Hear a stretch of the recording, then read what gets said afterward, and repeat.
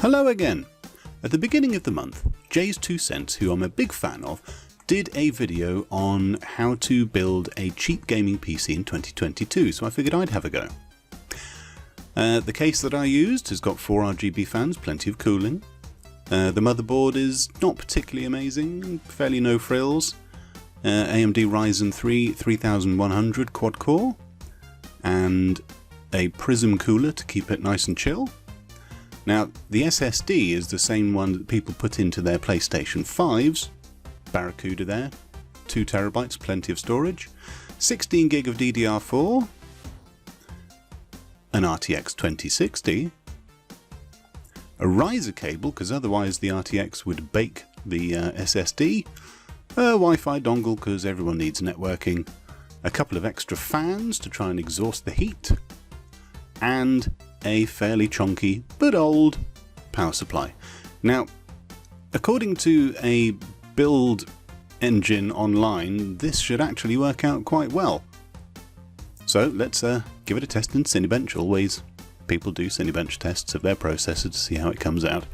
I'm not expecting a huge amount out of this because, oh well, 6,024 points. As long as there's enough processor power to push the information through to the graphics card, it should be fine. And as you can see from running the Heaven benchmark, it is cracking along between 150 to 200 frames quite happily.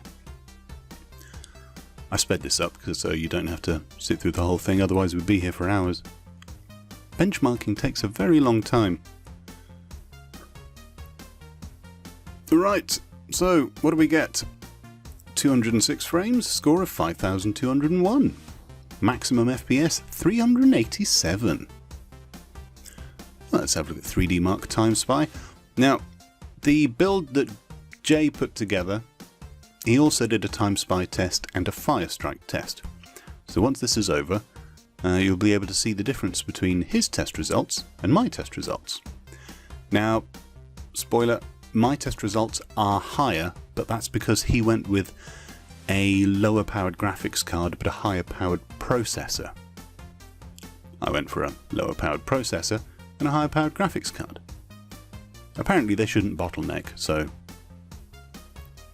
everything should be fine.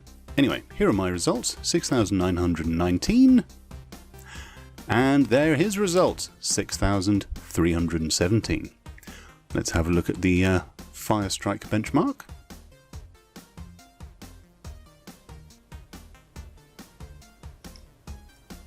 Not particularly interested in the frames per second at the moment because it's a combination score off these tests. Processor, physics, graphics. Well, I suppose the processor and the physics really, it's the same deal. But let's see how this one works out after the physics score. Oh, and the combined test. Right, I got 16,006 points. Jay got 14,922. Okay, let's move on to a game. This is the built-in game benchmark for Shadow of the Tomb Raider. Everything is set to highest settings at 1080p. Yeah, just checking all the settings. There we are. 1080. And let's go. Again, I've sped this up.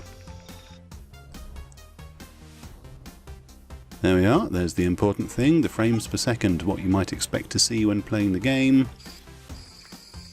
We're looking at a decent, at least 100 frames, if not a bit more as an average.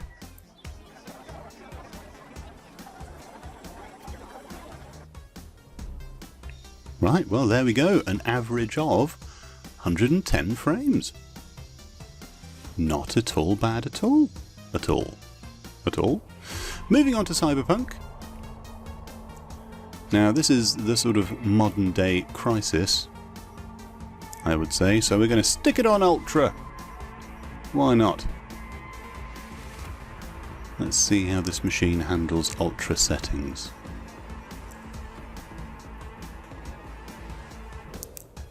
And again, the all-important frames per second counter. Seems to be quite happily between 90 and 100. And there's our average up at the top. 90.49, minimum 50, maximum 130. Very respectable. If you want all the bells and whistles on, playing Cyberpunk, this is a very good computer to do it on. Right, moving on to Borderlands 3. Everything set to highest. And there's our frame counter. I think that was a decent 60 or 70 average. And here we are with Crysis Remastered.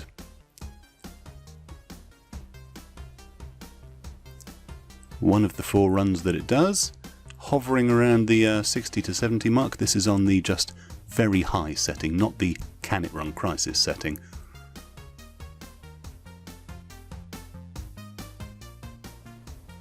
But there we are, we can see on this, maximum frames, 160. Right, here we are, here's the Crysis Remastered village map. Seem to be hovering around the, between 70 and 120.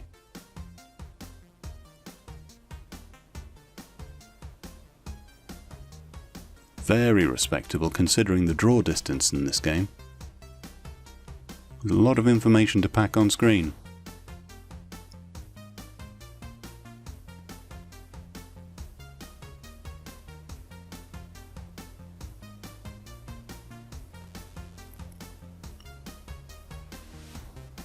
It does look wonderful still.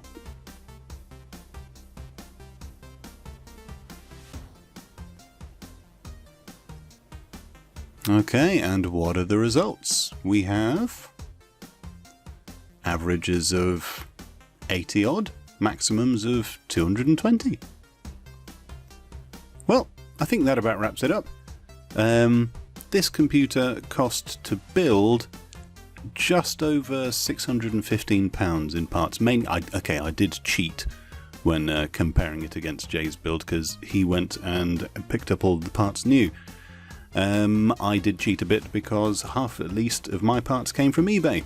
Still, they're obviously all still absolutely working fine, so no reason not to buy secondhand. Anyway, I will be selling this computer on the local Facebook, and I'll get back to you to see, did it sell? Who knows? Anyway, see you later. Bye-bye.